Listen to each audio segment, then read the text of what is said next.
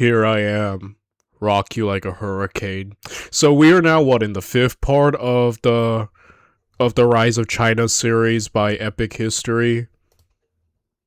Okay, thank goodness my audio is working. I once done a recording of this where I did the entire reaction, but like the video audio didn't play, and so I had to do it again, and I was like, oh. So that's why I always like log out of the main screen to look. I'm like, I better not. I'm not doing this again. But yeah, we are I keep getting these weird ads. These like weird like ads of like women seeking. So I'm like, what are these like weird porn ads on YouTube? Well, I know they're not porn, but like they're sexual in nature. At least the photos they use. I'm like, holy crap. I'm sorry. Point is, today we're looking at the Cultural Revolution of China, and we're gonna keep seeing what Mao's changes, what they brought. So, yeah, I don't really have much else to say other than we should probably get to it, but first, if you want to watch the original video by Epic History, the link is down in the description down below, and if you enjoy my content, and you want to help me out in any way, shape, or form, feel free to please like, comment, and subscribe. It would really help me out a lot, and I would really appreciate it. Now, with that, oh, and also consider becoming like a member if you want. That would actually help me out a lot too. But with that said, and now without any further ado, we ought to get into it. Let us watch The Rise of China, the Cultural Revolution by Epic History.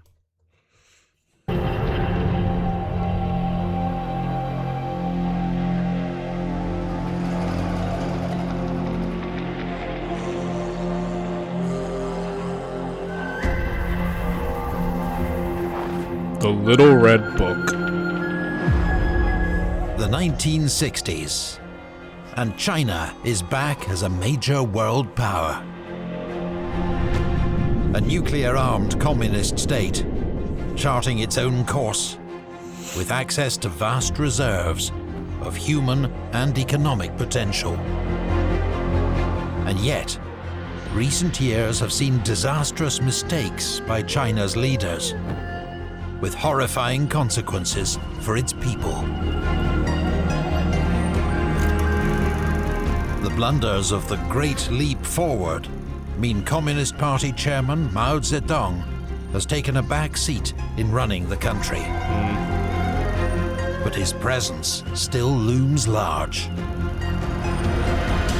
And he is already planning his return to frontline politics. A new book helps to prepare the way. Quotations from Chairman Mao, published in 1964. The famous Little Red Book. It contains 427 sayings that encapsulate the essence of Mao Zedong thought, and is small enough to be carried and studied by every woman and man in China. Wow. More than 1 billion copies are printed in the next decade, second only to the Bible. That is so crazy. Wow. He's kind of like on his King Solomon mindset, like when Solomon wrote the Proverbs in the Bible. I'm just thinking like, dude, he's on his King Solomon grind set right now. Wow. That is kind of genius though, like small enough everyone can look at it, everyone can, it's kind of like convenient, everyone can have one, like kind of great marketing there, I say. If he came up with that on his own, great marketing there, you know? Then in 1966, Mao makes a very public political intervention. Mao believes that the success of the Chinese Communist Revolution relies upon continuous momentum. He now feels support for that project is waning and plans a radical program of renewal. Warning of hidden enemies within the Chinese Communist Party, he calls for a new state of permanent cultural revolution. The youth must rise up, he says, and smash the four olds: old thought, old culture, old habits, and old ideas. Yeah, I had heard about this. Like I remember when we learned about this, the cultural revolution was very appealing to the youth, right? And to just kind of do exactly this. And they took it to the extreme, as you'd imagine, with I remember like excerpts of like teachers being targeted, and you know, a lot of people just being very much terrorized. Like this would go as extreme as you'd imagine. You know, groups that really didn't deserve it, just being targeted, and yeah. So let's see if Mao can rely on a group of loyal attack dogs to support him in his new campaign. They include Defense Minister Lin Biao, who controls the military, and Mao's wife, former actress Jiang Qing, who controls much of the media. Initially, students and youths respond to Mao's call with enthusiasm. They organize themselves into units known as Red Guards, donning red armbands and brandishing Mao's little red book.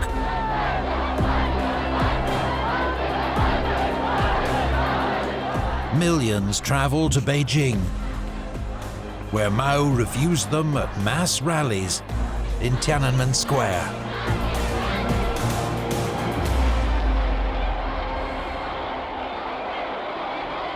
The Red Guards will be Mao's enforcers.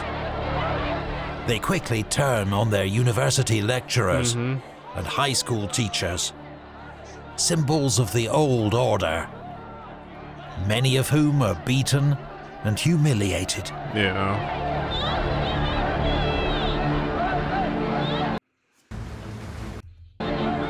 Jiang Qing encourages the violence at a student rally. If good people beat bad people, it serves them right. Oh my goodness. If bad people beat good people, the good people win glory.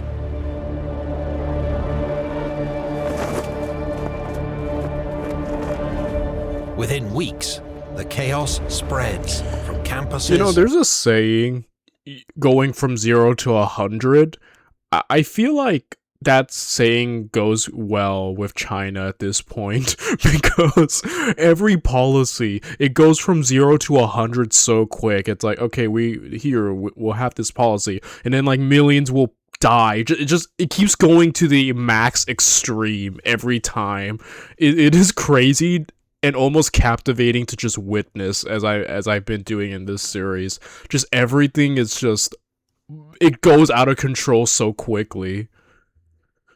Oh my goodness.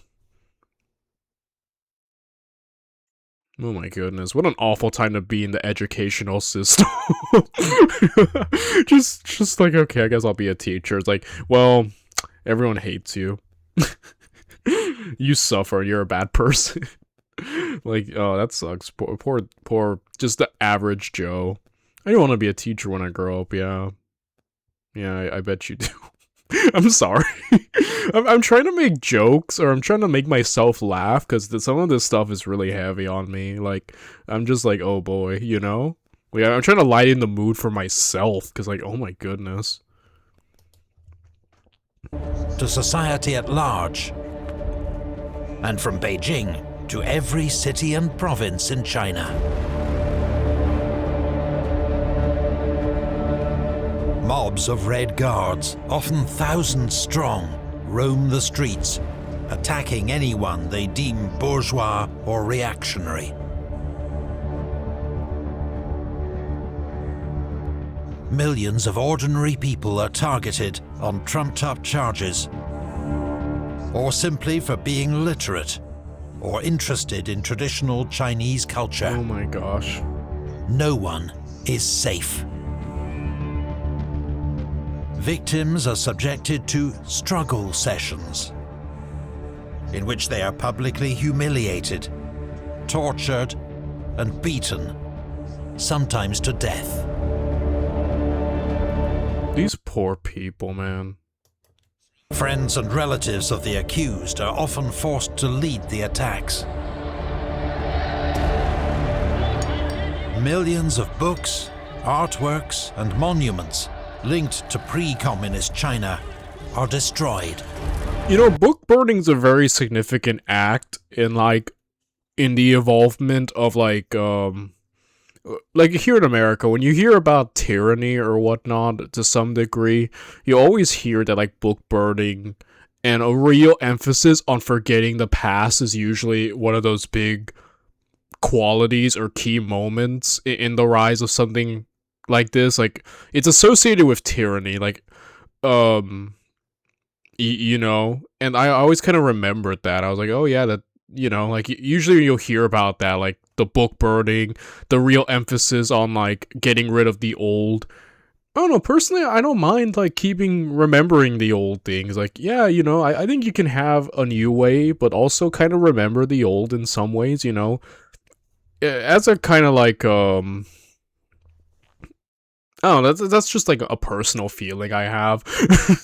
You know, it's like, yeah, we can move towards something new, but I also kind of get that sometimes when like despotic stuff, it's like forgetting the old is a key part, making people forget and like reject and destroy remnants of it. You know, it's just so you can have your own new ideas instilled, but like, you know, it is kind of sad because I'm like, you know, you should always kind of keep track of the past. I'm a big believer in that, you know, like literature and whatnot, and you know, just as a reminder. But yeah, I just remembered that as kind of being always being mentioned as like a key part of any like sort of despotic, tyrannical evolution. A big emphasis on detaching from the past, and book burning being one of those key moments in that cycle.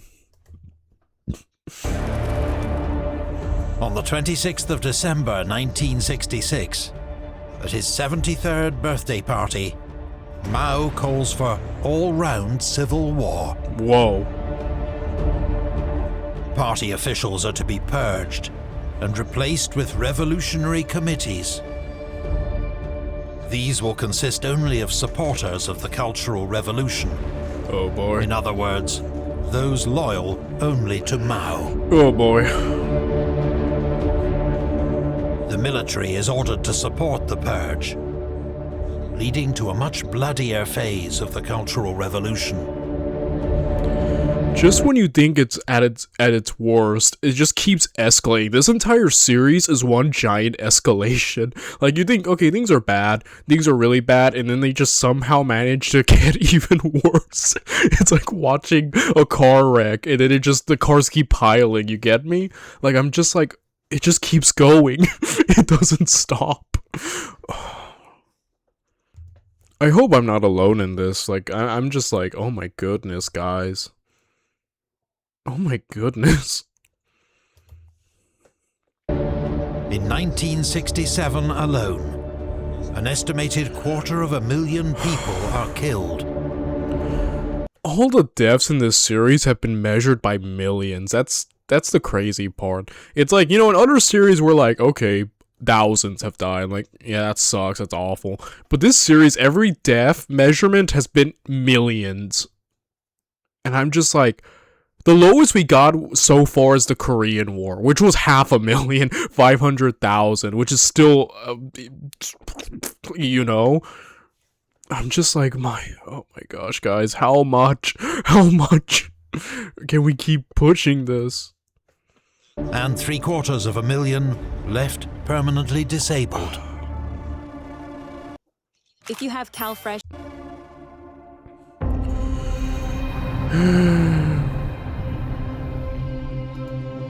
The revolutionary torrents of the masses are washing away all the sludge and filth left over from the old society.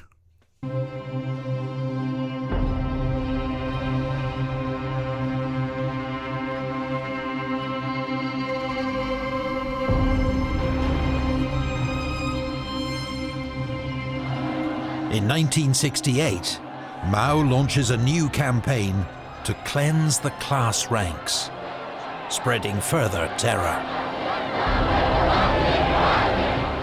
All sections of society, across all ages, are affected. a further 30 million are subjected to struggle sessions. Mao's wife, Jiang Qing, a key leader of the Cultural Revolution, is now one of the most powerful and feared figures in China. Yeah, I bet. The chaos reaches the very top of the party, as Mao settles scores with perceived rivals. Liu Shaoqi, China's head of state, is dragged to struggle sessions along with his family. They are publicly beaten by Red Guards and imprisoned. At the 1969 Party Congress, State Premier Zhou Enlai denounces Liu as a criminal traitor, enemy agent, and scab in the service of the imperialists, modern revisionists, and the nationalist reactionaries. My goodness. A broken man, Liu dies in prison 7 months later. Other prominent victims include Deng Xiaoping, a leading pragmatist and reformer on the Politburo Standing Committee. He is sent to work in a tractor factory. Wow. His brother is driven to take his own life. His son is tortured by Red Guards for months and then thrown from a third-floor window, leaving him paralyzed for life. Many other senior officials are purged.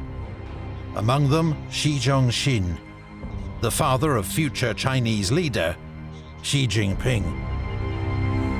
Oh, wow. Zhou Enlai Dang. survives as Premier of the People's Republic of China, though his adopted daughter, Sun Weixi, is arrested, tortured, and dies in prison. Zhou expresses no public criticism and endorses the persecution of former colleagues.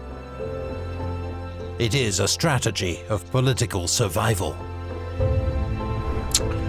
You gotta do what you gotta do, man. Like, Mao doesn't mind getting rid of people. Like, yeah, I don't blame him. You gotta do what you gotta do to, like, keep existing, you know? Because you know, at the moment Mao sets its eyes against you, you're done, right? Like,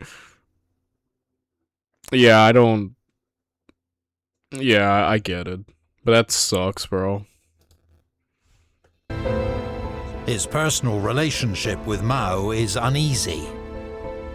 Mao envies Zhou's popularity, but relies on him to run the government and mastermind China's foreign relations. However, Mao names loyalist Defense Minister Lin Biao, not Zhou, to be his successor when the time comes. In July 1968, Mao orders the Red Guards to end their attacks, which have served their purpose. But bloody suppressions and campaigns will continue for years. In the final reckoning, Mao's Cultural Revolution claims the lives of unknown thousands, perhaps millions.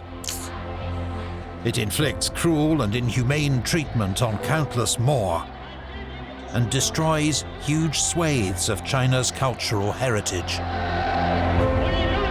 The deep trauma, for victims and perpetrators, lasts to this day.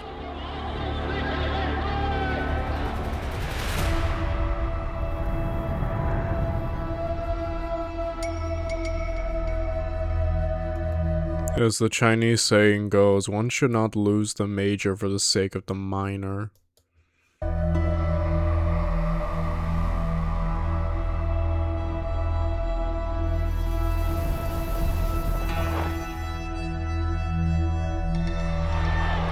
The excesses of the Cultural Revolution seem to give Mao a stranglehold on power. But there are now few within the leadership he trusts, and few who trust him. Mao's relationship with Defense Minister Lin Biao begins to sour. Each suspects the other of plotting their downfall. In 19... Yeah, the paranoia is starting to set in, as we notice in this part. Just constant... I'm getting the impression, yeah, Mao's descending into paranoia, which tends to happen, like, in stuff like this, but my goodness, like, he's just...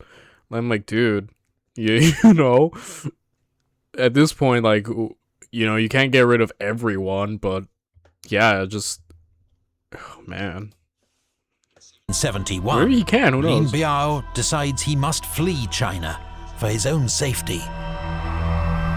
With his family, he boards a flight to the Soviet Union, only for the plane to crash in Mongolia, killing all on board. Lin's former allies within the People's Liberation Army are soon purged.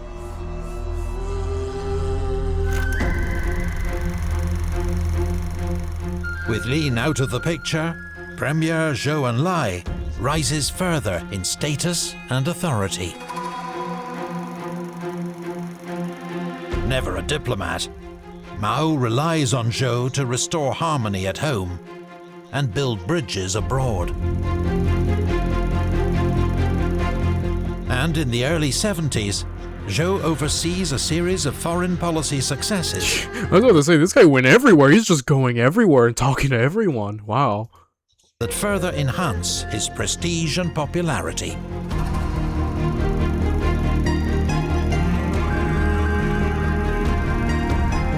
Since 1945, China's seat at the UN has been held by Taiwan, formerly the Republic of China. This is the state created by Chiang Kai-shek's nationalist government when it fled at the end of the Civil War.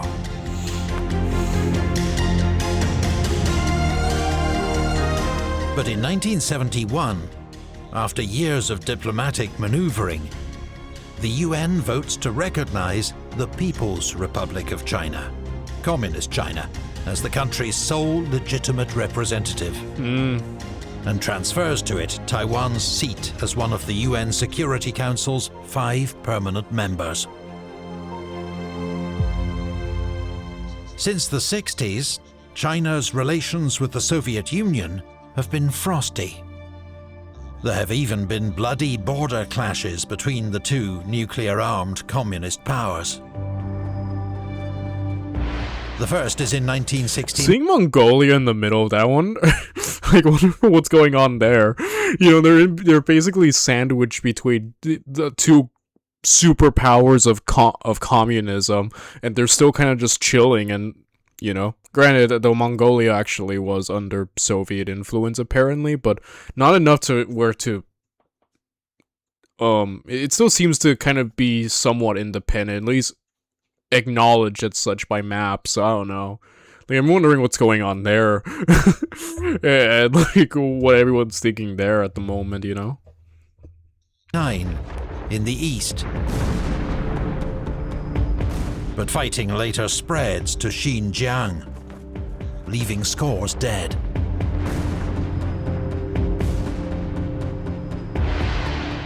Zhou now seeks to thaw relations with the world's other superpower, the USA.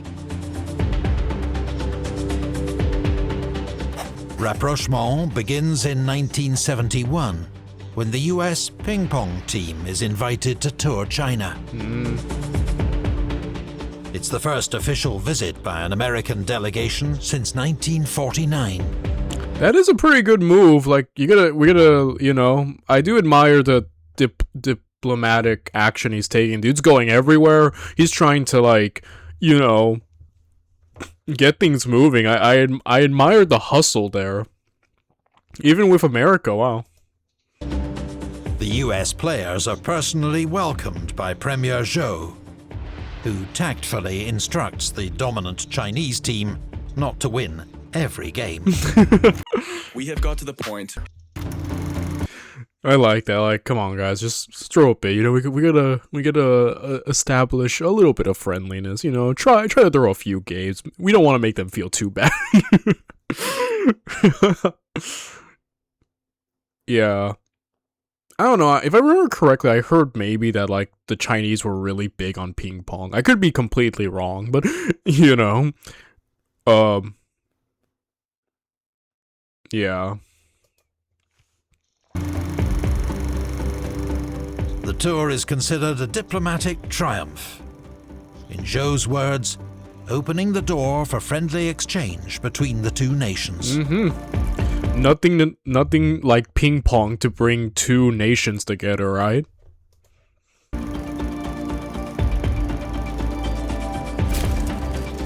Building on the I'm foundation. not a crook! But yeah, this is a pretty famous one where the US president went to China. There's even footage. If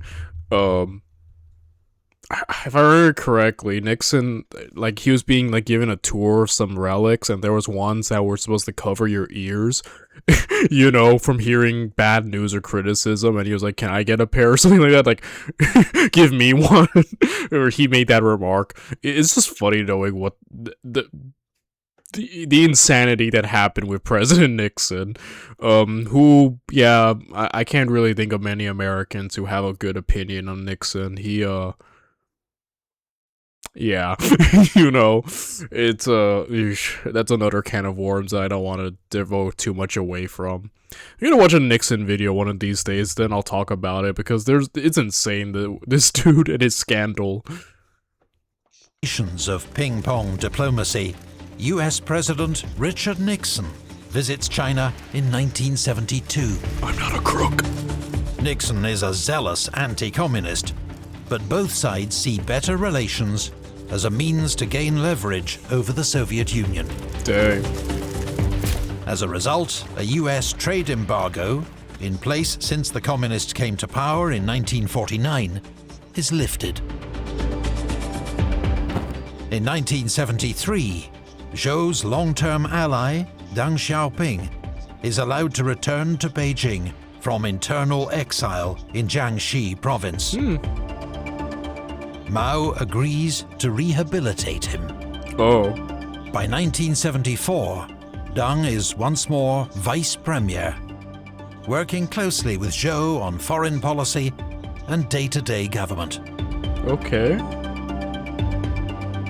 Dogged by ill health and increasing paranoia, Mao's hold over the party begins to wane. Yeah, look at him in this photo. Dude looks like he's like a ghoul.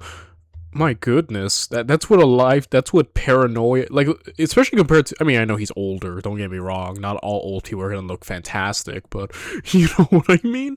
Like, yeah, just, I almost, like, he looks exhausted of life. I guess that's what so much, paranoia, I think that could really ruin you, especially your health more, right? Like, you know, like, stress has that adverse effect. So this dude looks like yeah, that's not good for you. But he will outlast one old rival. A giant portrait of Chiang Kai-shek had once overlooked Tiananmen Square, just as Mao's does now. Since his defeat in the Civil War, the former nationalist leader of China has headed an authoritarian government in Taiwan.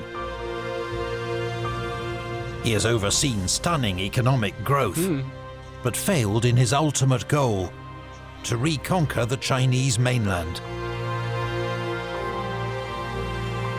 Chiang dies in Taipei in April 1975, aged 87. Good long life. The rivalry between the two leaders passes to a new generation, but remains as fierce as ever. 4 months later, China is hit by a powerful typhoon. Heavy rain in Hunan province causes dozens of dams to collapse. The resulting floods destroy millions of homes, but the authorities suppress reporting of the disaster. The official death toll is 26,000. Oh. More recent estimates point to a number several times higher. Dang. This is the lowest death toll we've had so far in this series. Because I was expecting another million to have perished. Is it that bad? Holy crap. Have things been that bad to where I'm like, oh, only 20... It's still bad, don't get me wrong, I'm just saying, guys. After the millions upon millions I've witnessed dead, I'm like, oh, thank God, it's just 26. I mean, granted, 200,000 still bad, but the fact that the bar is just that low, I'm just like, oh my gosh. Oh, thank God. It could have been way worse. We've seen way worse done, bro. Oh my gosh. That's sad. That's sad that, like, this is, like, compared to everything else, the best we could have asked for. Oh boy. Oh my gosh, I've witnessed too much death. I need to watch something lighter next time after this series. I need to watch something lighter because this has been too heavy for me. Oh boy. The 20th century was wild. The failure of the dams, built at the height of Mao's Great Leap Forward, is a tragic reminder of past mistakes. Just as China's future path is suddenly thrown into doubt.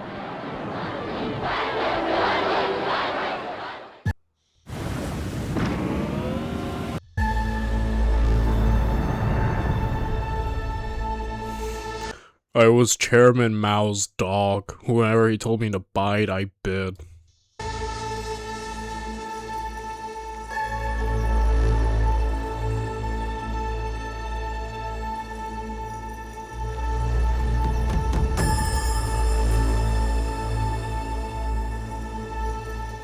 By 1975, the Chinese Communist Party is divided between modernizers and loyalists.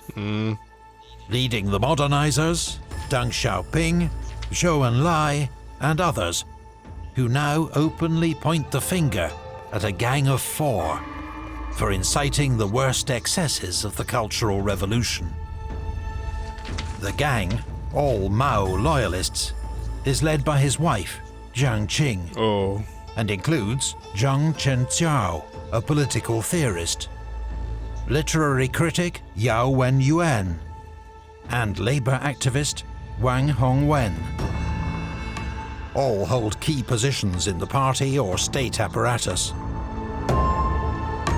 Through the Central Cultural Revolution Group, they largely control state media, from newspapers and radio to revolutionary opera and theatre.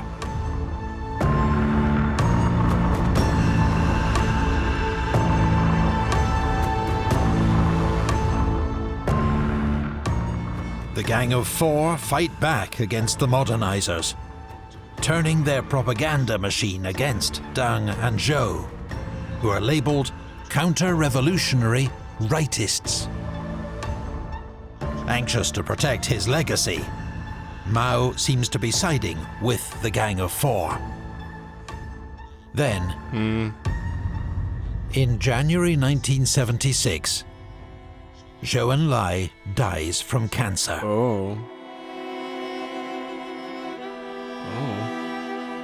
Zhou had received an early diagnosis, but Mao had personally intervened to delay potentially life-saving treatment. Such was his determination to outlive his political rival.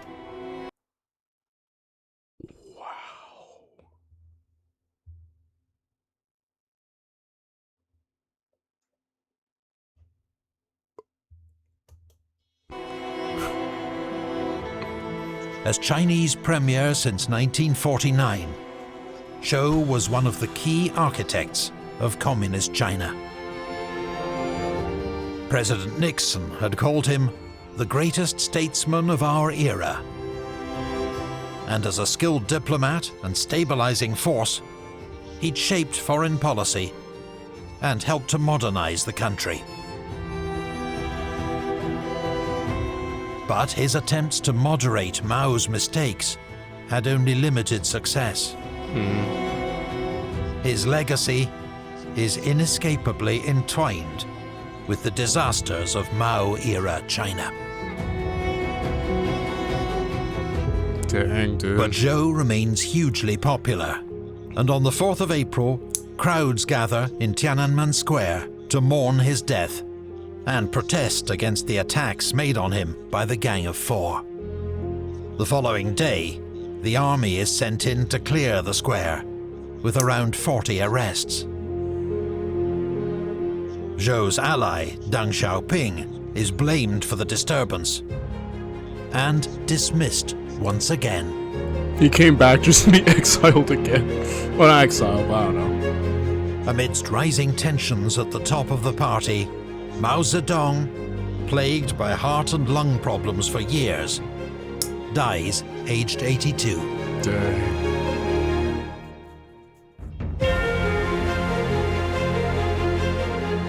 Many millions of Chinese have known no leader but Mao. The country is in shock. A week of national mourning is declared. Over 7 days, 1 million visitors file past Mao's body as he lies in state in the Great Hall of the People in Tiananmen Square.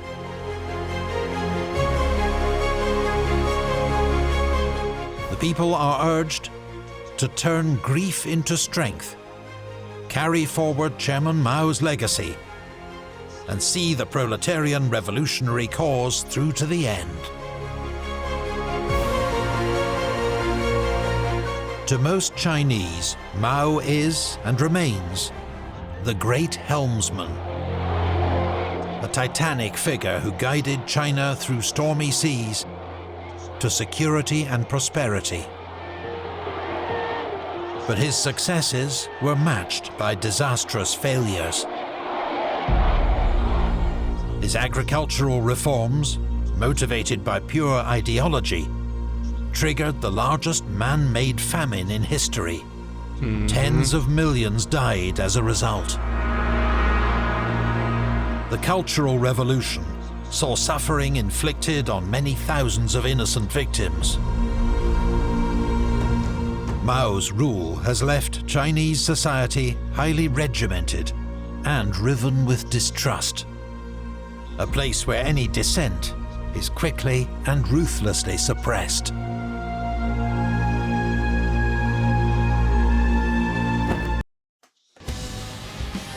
In the words of veteran communist Chen Yun, had Mao died in 1956, his achievements would have been immortal. Had he died in 1966, he would still have been a great man, but flawed. But he died in 1976. Alas, what can one say? Dang. Wow. What a quote there. And again, like I said, like, you know, he still is, from what I've heard, is revered, and there's still plenty of positive opinion, at least in China, about the man, so I guess because he is kind of the founder of China, kind of as we know it now, so it's like, you can't just ignore that, you know? But still, dang. I don't know, when the best thing you can say about a person is they would have been better off if they died earlier, that's not really a good thing, though. Oh, boy. You know? Again, like, I'm interested in finding out what you all think about Mao, and how would you all write about him, like, you know? I'm really interested in finding that out.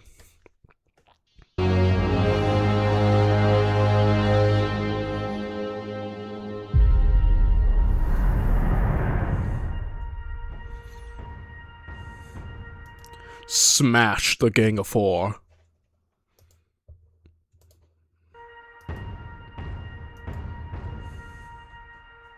Oh no.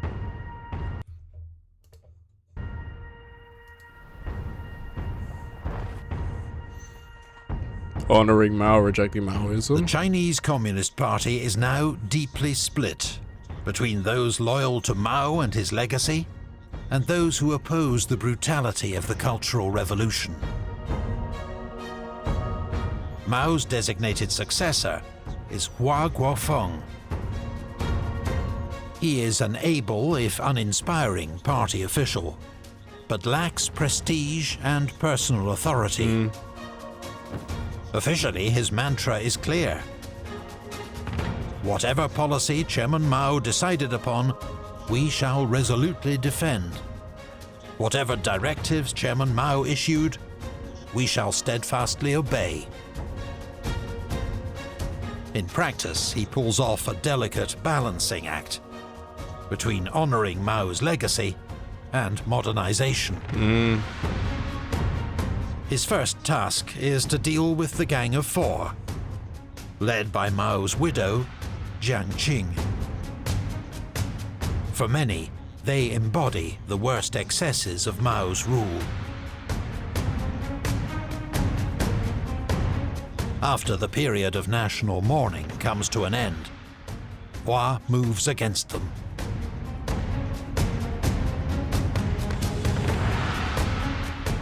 On the 6th of October 1976, the Gang of Four are arrested. They are accused of orchestrating the chaos and violence of the Cultural Revolution. Okay. Oh no. Great. In a televised trial, Jiang Qing defends herself passionately. But all four are found guilty of counter-revolutionary activities. Jiang Qing and Zheng Chenxiao are sentenced to death.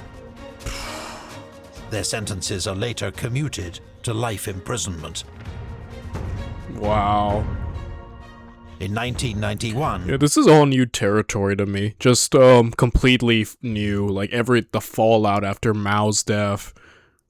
So this is like interesting to hear what became of like his wife and all that. Jiang takes her own life in prison. Oh, A Mao loyalist to the end. dang. With blame for past mistakes pinned on the Gang of Four, Mao's status as the great helmsman can remain unquestioned and inviolable. Wow. But it is clear that in communist China, a new era is beginning.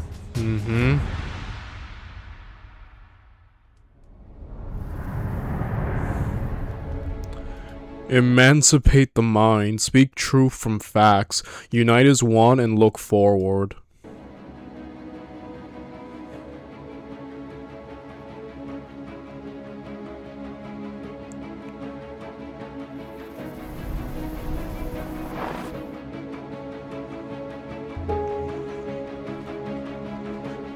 The Gang of Four had represented one extreme of the Chinese Communist Party. The Mao loyalists. If one figure represents the opposite wing of the party, it's Deng Xiaoping. Now aged 72, Deng's fortunes within the party have fluctuated wildly. In the 1930s, he'd supported Mao in the rural Soviets and the struggles against the Kuomintang. He'd become a willing enforcer of the brutal anti-rightist campaigns of the 1950s. An economic reformer in the 1960s. Then a sudden and dramatic fall from favour at the height of the Cultural Revolution. Deng is now seen as a natural leader, a talent too great for the party to ignore. This guy's been through it. What a journey he's had. In July 1977, Hua Guofeng rehabilitates Deng for a second time, appointing him vice chairman of the Communist Party. From now on, all the momentum is with the reformers. Deng is acutely aware that China is in a disastrous state, weakened by Mao's Great Leap Forward and the Cultural Revolution. The average income of a Chinese peasant, still 80% of the population, is just $40 a year. Wow. Because of the Cultural Revolution, crucial positions across the country are held by unqualified military officials and Mao loyalists. Universities have been shuttered for a decade. Thousands of educated people and party officials have been exiled to the countryside to perform menial labor. Infrastructure and industry are in a state of neglect and disrepair. Deng believes the solution must be radical reform. He will deviate from decades of Maoist ideology and advocate openness to new ideas and technologies, wherever they come from. Smart. Students and officials are encouraged to spend time abroad. The goal will be the 4 modernizations introduced by Zhou Enlai in agriculture, industry, science, and defense. Deng steadily increases his power and support within the party. By late 1978, he is officially the 3rd most senior member of the Politburo. But in reality, Deng is calling the shots. Dang. Dang, what a journey this man had, like I said. Just everything he's been through, and now he came out on top through it all. Deng Xiaoping is finally free to enact the reforms he believes China desperately needs. Dang.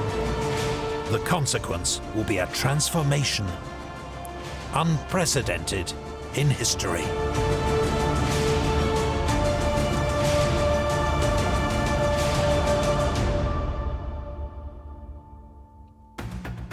If you love... And that's the end of the video, guys. We only have one more to go, and I think we have one more to go, eh? Okay, I think we'll be done tomorrow. I'm really looking forward to that, so tune in tomorrow for the thrilling conclusion of Epic History's Rise of China series. Bye, everyone.